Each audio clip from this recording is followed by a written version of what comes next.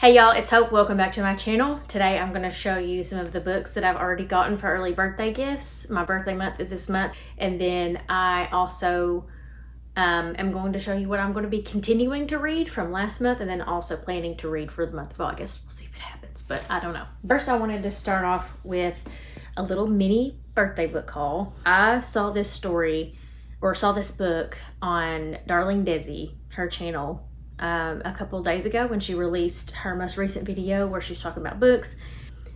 This book I think is a mystery, maybe considered a mystery, but it is The Lost Story by Meg Schaefer, and the cover of this is absolutely stunning. I just absolutely love this cover. This is about two boys who go missing for 6 months in a wood. The thing that sold me about this book was that it was inspired by C.S. Lewis's The Chronicles of Narnia. My mom got this for me, surprised me with these yesterday.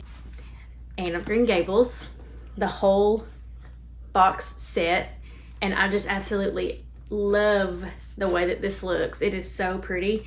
It's got pictures on both sides, and then the spines of the book like show her life stages. And yes, I'm so excited about digging into these, so thank you, Mom. I know she watches my videos, but yeah, I'm really excited about those, and they'll look really pretty sitting on my shelf, so I think I'll just set them there. Let's get into the books that I'm wanting to read for the month of August. First of all, this is what I'm reading during my morning devotional. I'm also continuing to read Holiness by J.C. Ryle. That book is extremely big, and so I'm listening to that one.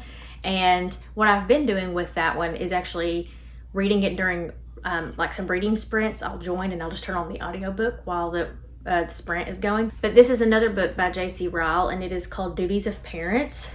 And this is just a little short booklet on parenting, just to read some of the chapter titles. The way they should go, tenderness, affection, and patience, our children's primary pastors, your children in Jesus, your children in the Bible, so on and so forth. And so far it's been very practical. It's a really little book, and I've just been working through this. Next, I am 50% done with this book, but I'm continuing to read The Queen. As you can see, it is not a little book, so continuing with this one. I am picking up The Words We Lost by Nicole Deese. I bought this one on Amazon last month, and I would like to finish this one. This is also a thick one, so we'll see. I did start this one last month and got kind of a good way through it, but The Children of Hurin by J.R.R. Tolkien. And so far,